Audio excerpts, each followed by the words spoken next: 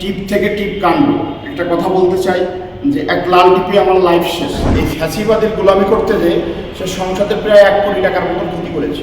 আমার এই প্রতিবাদ একটাই, সেটা হলো আল্লাহ রসুলের যে সুন্নাহ, এই সুন্নাহকে নিয়ে যেন কেউ কটূক্তি না করতে পারে। বিগত 2022 সালের একটা ঘটনার টিপ পেন্ডিং, যেটা সিজন পয়েন্টে হয়েছিল, যে ঘটনা ঘটি নাই, ইন্টারনাল বিষয়, মানে যে জিনিস কখনো প্রমাণ নাই, কোনো ভিডিও ফুটেজ নাই, তারপরেও সেটাকে প্রতিষ্ঠিত করার জন্য এই মিডিয়া জগতের তারকা অনেক, যেরকম সুবর্ণ মোস্তফা জাতীয় সংসদে উনি বিষয়টা উপস্থাপন করেছিল। একটা সংসদের প্রায় 1 মিনিট খরচ হয় 16 লক্ষ টাকা। সেক্ষেত্রে উনি আমার বিষয়টাকে টিপকাণ্ডে কোনো মানে উন্নয়নের কোনো কথা না বলে এই ফ্যাসিবাদের গোলামি করতে যে সে সংসদে প্রায় 1 কোটি টাকার মতো ক্ষতি করেছে। এই বিষয়টা নিয়ে তৎকালীন সোশ্যাল মিডিয়াতে টিপ থেকে টিপ কাণ্ড একটা কথা বলতে চাই যে এক লাল টিপে আমার লাইফ শেষ, 3 জীবন আমার শেষ, আমার জীবন শেষ, মানবিক জীবনযাপন করতেছিলাম। তাই এর মধ্যে তৎকালীন টিপ করে পুরুষেও ছবি তখন পোস্ট করছে, বিভিন্ন ক্যাপশনে অনেক বাজে, তারা কোথা থেকে ইন্ধন পেয়ে সাম্প্রদায়িক একটা ইস্যু তৈরি করছে। আমার ধারণা হয়তো বা কোথা থেকে কোনো অর্থনৈতিক বা কোনো দল থেকে বিশেষ কোনো সুবিধা নিয়ে তারা এই অপকর্মটা টিপ থেকে টিপ কাণ্ড ঘটেছে, যেটা টিপির কোনো বিষয় হয় নাই। আমি বারবার বলেছি যে সেদিনকে নিয়োগ পরীক্ষা থাকায় আমি সিজন পয়েন্ট থেকে উল্টে আসতেছিলাম, যার জন্য আমি দেশবাসীর কাছে এর আগেও ক্ষমা চেয়েছি। আমি যখন আসি তখন এক ভদ্রমহিলার সাথে আমার ধাক্কা লাগে, তার থেকেই সূত্রপাত।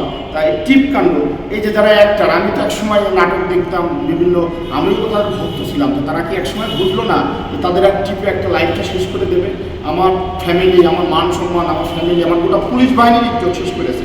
তার মধ্যে উল্লেখযোগ্য যেটা মানিসুর রহমান মিলন, সাজু খাদেম, প্রমাণমানিক, তারপরে স্বাধীন খসরু, সুবর্ণ মোস্তফা, চয়নিকা চৌধুরী, ভাবনা, জ্যোতিকা গায়ে জ্যোতি, এবং আপনার এদিকে বাপ্পি আছে, বাপ্পি চৌধুরী, সুমা সরকার আছে, ফারজানা চুমকি আছে, কুসুম শিকদার আছে, এছাড়াও অজ্ঞাত আরও প্রায় 15-16 জন অজ্ঞাত আরও অভিনেতা। প্রিয় দর্শক, এই হলো বাপ্পি চৌধুরী, তার পেজ। আর এই পোস্টটা হয়েছিল 18 এপ্রিল 2022 সালে। উনি লিখছিল ওনার কি চেতনায় আগ্রত হয়েছিল, উনি এই যে আমাকে মৌলবাদ বা জঙ্গি, এই যে নাটক ব্লেম দেওয়ার জন্য উনিও সক্রিয় ভূমিকা পালন করছে বিগত সরকারের ফ্যাসিস্টের আমলে। এই যে সাজু খাদেম সহ দেখেন এই যে ছবি দিছে ঢাকা পোস্টে, এরকম আরও আছে আমার কাছে, আমি এইভাবে তুলে রাখিছি।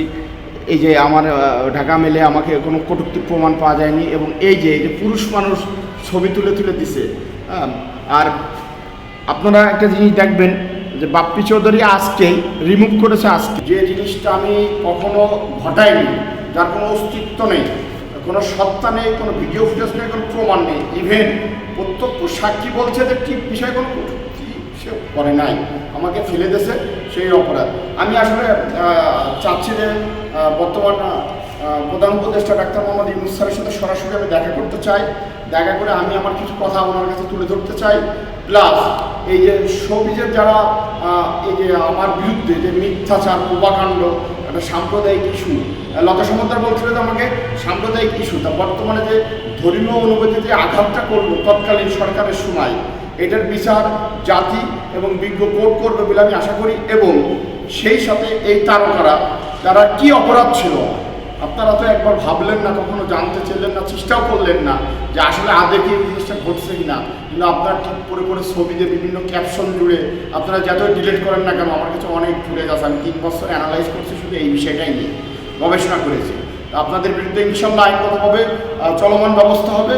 কিন্তু আপনারা এইভাবে দাড়ি টুপির এগেনস্টে, একজন দাড়ি টুপি পরলে তাকে যে জঙ্গি, জামাত, এই যে ব্লেম তৈরি, এ থেকে আমার বিশ্বাস যে আমার এই প্রতিবাদ একটাই, সেটা হলো আল্লাহ রসুলের যে সুন্নাহ, এই সুন্নাহকে নিয়ে যেন কেউ কটূক্তি না করতে পারে।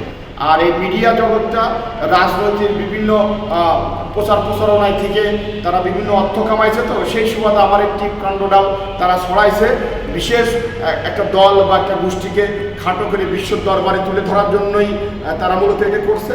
তা আমি চাই যে অবশ্যই তার বিচার, প্রথমত আমি আমার চাকরি ফেরত চাই, অবশ্যই এদের বিচার চাই।